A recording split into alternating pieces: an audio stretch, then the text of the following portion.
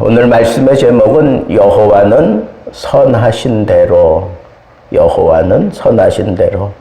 이 말씀은 엘리가 사무엘에게서부터 여호와께서 하신 말씀을 다 듣고 난 다음에 한 말씀이라는 것이 우리에게 조금 더 새로운 도전을 준다라고 그렇게 말씀할 수 있습니다. 엘리 가문이 완전히 멸족되리라고 하는 그런 하나님의 선언을 들었어요, 엘리가. 그래 놓고 이는 여호와시니 선하신 대로 하실 것이다 라고 그렇게 말씀을 했다는 거예요. 상당히 엘리는 영적으로 저급한 상태였던 것을 보여줬는데 이 여호와의 계시에 대해서는 아주 바른 태도를 보여주고 있다는 거예요. 이 대목만 보자면 엘리는 상당한 수준에 있었던 사람이라고 그렇게 우리가 인정할 수밖에 없어요. 엘리 입장에서 뭐라고 반박할 수도 있고, 나는 평생을 여호와를 위해서 이렇게 늙어지기까지 여호와의 그 궤를 지키고, 그리고 나는 제사장 일을 했고 온전히 여호와를 위해서 살았는데 아무리 내 아들이 잘못했어도, 그리고 내가 탐탁지 않으신다 할지라도 어찌 하나님께서는 이런 벌을 내리시느냐고 그렇게 반박하기도 하고 항변할 수도 있지 않겠습니까? 차라리 대표로 나를 벌하시고 내 자녀들에게는 용서함을 베풀어 달라고 그렇게 하나님 앞에 매달리지 않을까요? 자식들은 아무리 잘못을 해도 아버지 마음에는 그래도 미래를 생각하면서 이 자식에게도 하나님이 은혜를 베푸시고 하나님이 좀 혹독하게 다루시면서 돌이켜 주실 것을 원하지 않겠어요? 근데 그냥 그대로 받아들이는 거예요. 하나님이 옳습니다. 하나님이 정하신 대로 하십시오.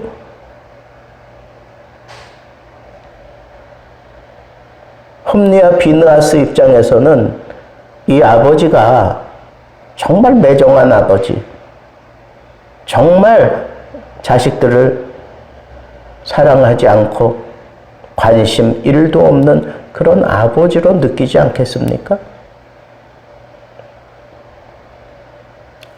오늘 우리는 계시에 대해서 받아들이는 그 태도, 이게 얼마나 중요한가라고 하는 것을 엘리를 통해서 사실은 배워야 합니다. 정말 배워야 돼. 하나님의 말씀이라면 여호와께서 그렇게 말씀하셨다면 그렇게 하십시오. 이건 참 웬만한 신앙 가지고는 이렇게 고백할 수 없는 거예요.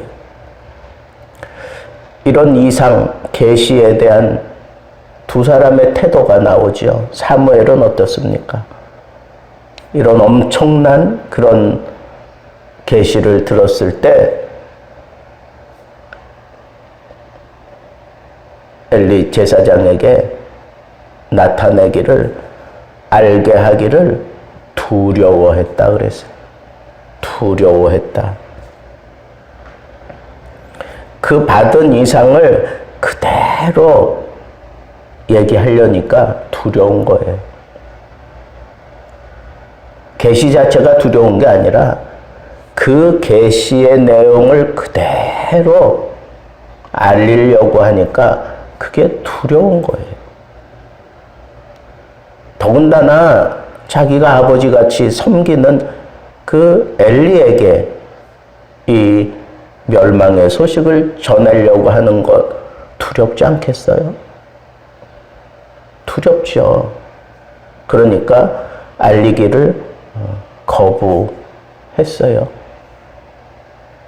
차마 입을 떼지 못했다는 거예요. 사무엘을 불렀어요. 내가 여기 있나이다.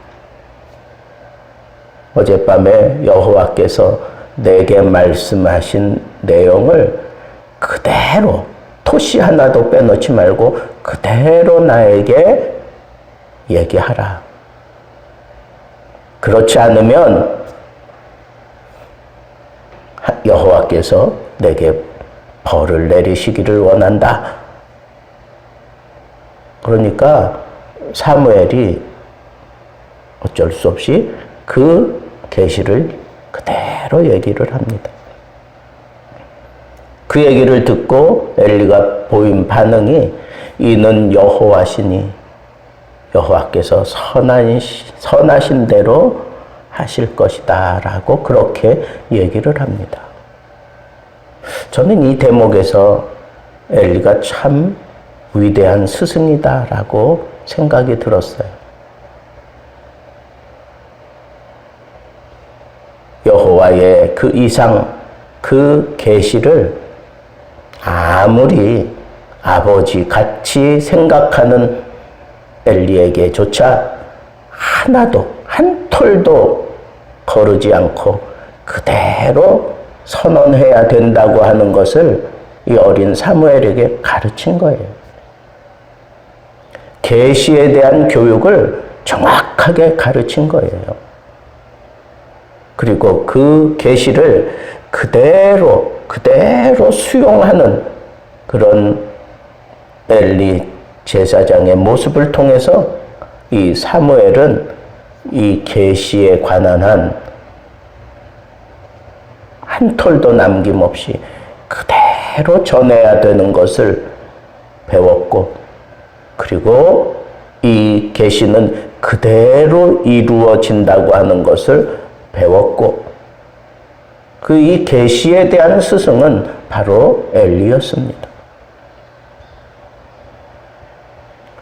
엘리가 나이가 많아서 이렇게 잘못 판단하고 그럴 수도 있을 것 같은데 그러지 않고 그래도 똑똑한 정신으로 계시를 그대로 받아들이고 있는 이 모습을 보면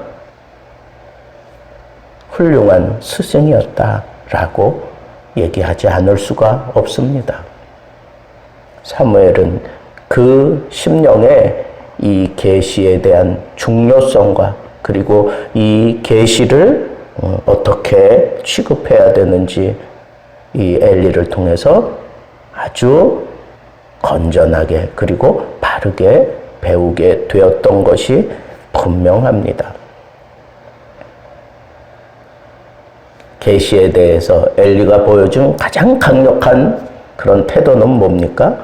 이는 여호와 신이 선하신 대로 할 것이다.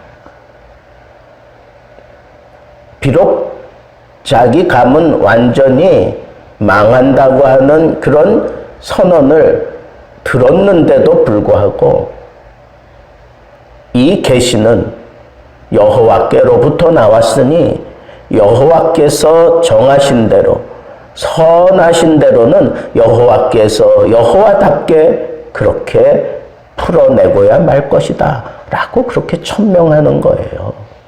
이 계시에 관한 한 우리 인간의 몫은 없다는 거예요. 오직 여호와 하나님께서 정하시고 여호와 하나님께서 그대로 풀어 가실 뿐이지 우리 인간의 역사에 의해서 그 계시가 달라지지 않는다고 그렇게 천명한 것과 같기 때문에 이 엘리가 이 계시에 관한 이 사상과 태도는 너무너무 훌륭했다는 거예요. 그걸 사무엘이 그대로 받은 거예요. 그래서 사무엘의 그 사역 가운데 가장 강력하고 두드러진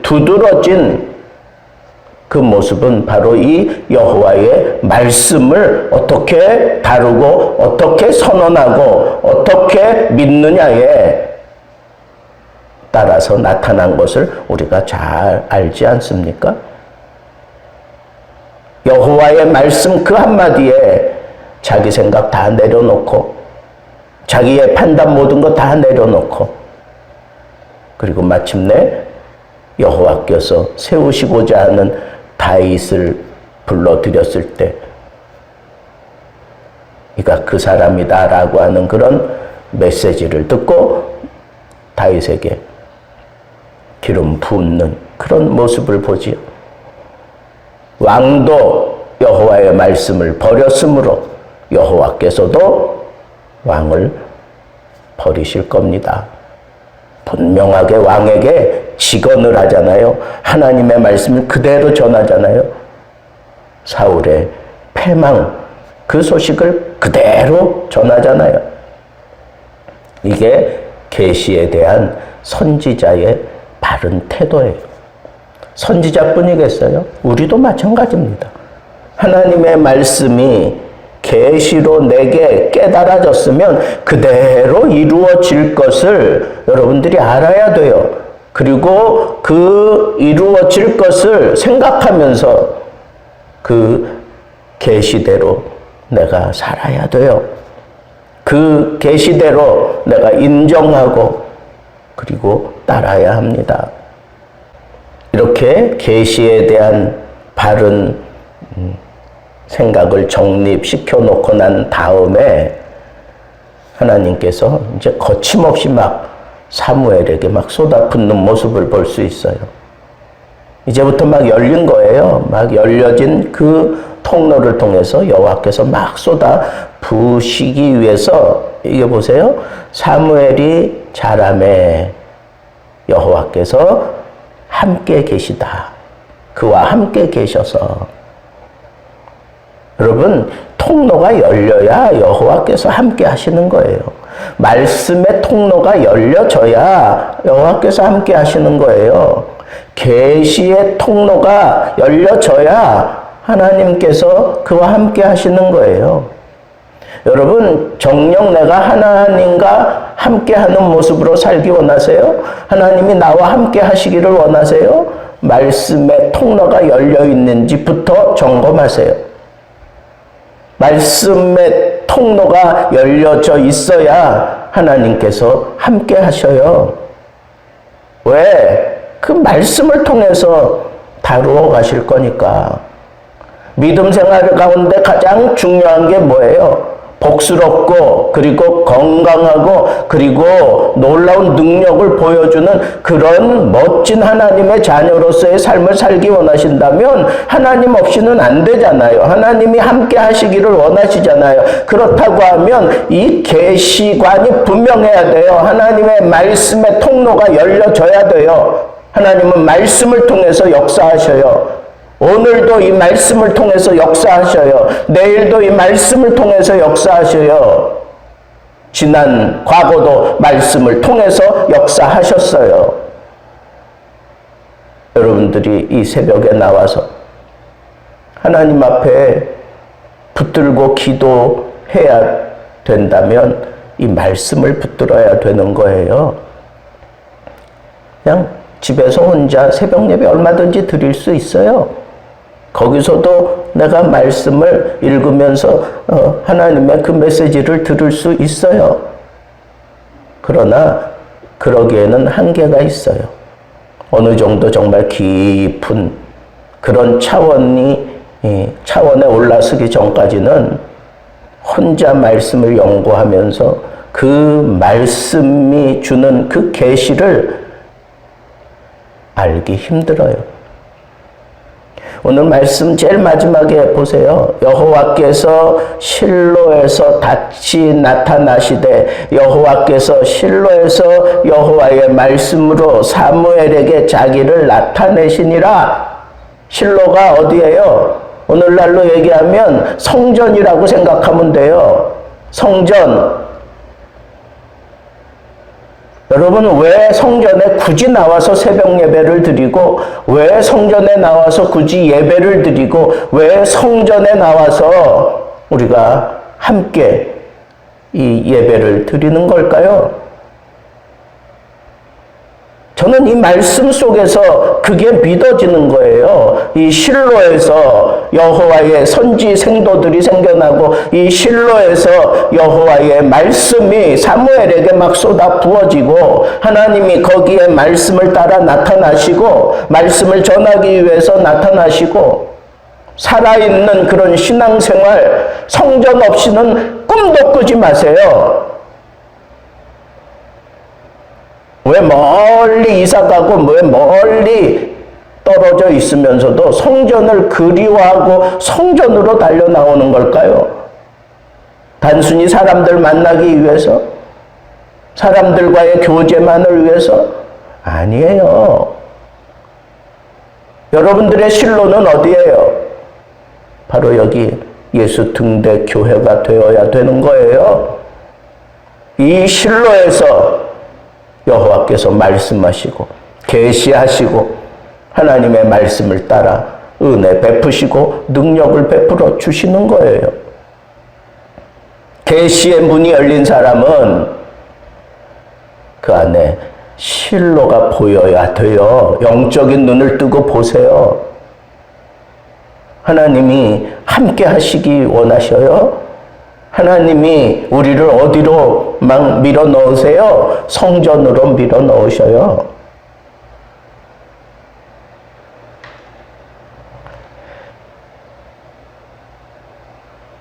그렇게 됐을 때 하나님께서 이 사무엘에게 그가 하는 말이 하나도 땅에 떨어지지 않게 그렇게 하셨어요. 제사장 역할을 하는 거죠. 선지자 역할을 할 때 백성들이 사무엘의 말이 하나도 땅에 떨어지지 않았다 하는 얘기는 뭐예요? 모든 말씀을 귀 기울여 들었다는 거예요. 그 입에서 나오는 모든 말씀을 여호와의 말씀으로 백성들이 듣게 하셨다는 거예요. 또 하나, 단에서부터 부엘세바까지, 이 단, 부엘세바는 남과 북, 끝에서 끝이에요. 그러니까 온 이스라엘이 사무엘은 여호와의 선지자로 세우신 것을 입은 줄 알았다 그랬어요. 이게 뭐예요? 선지자는 무엇으로 증명하는 거예요? 말씀으로 증명하는 거예요. 통째로 하는 게 아니에요. 그의 배경을 가지고 하는 게 아니에요. 그가 어떤 경험을 했느냐 이게 중요한 게 아니에요. 지금 여호와의 말씀을 받아서 그대로 선언하느냐, 그 선언하는 말씀이 여호와의 말씀이냐, 이걸로 결정하고 그걸로 판단하는 거예요. 우리 교회가 그런 교회가 되기를 원해요. 말씀이 선언될 때마다 하나님의 교회다. 하나님이 쓰시는 교회다. 하나님의 말씀이 살아있는 교회다. 생명의 역사를 말씀을 통해 일으키는 교회다. 말씀의 선지자가 몰려들어 이 교회가 하나님의 뜻을 이루어내는 안디옥 교회 같은 그런 교회가 되기를 소망합니다. 여러분, 오늘도 말씀하시는 하나님의 말씀에 귀를 기울이시고 그 말씀대로 선하게 행하시는 여호와의 역사하심이, 살아계심이 여러분들의 입을 통해 증거되는 그 말씀을 통해 여러분들의 삶 속에서 이루어지기를 우리 주님의 이름으로 축복합니다.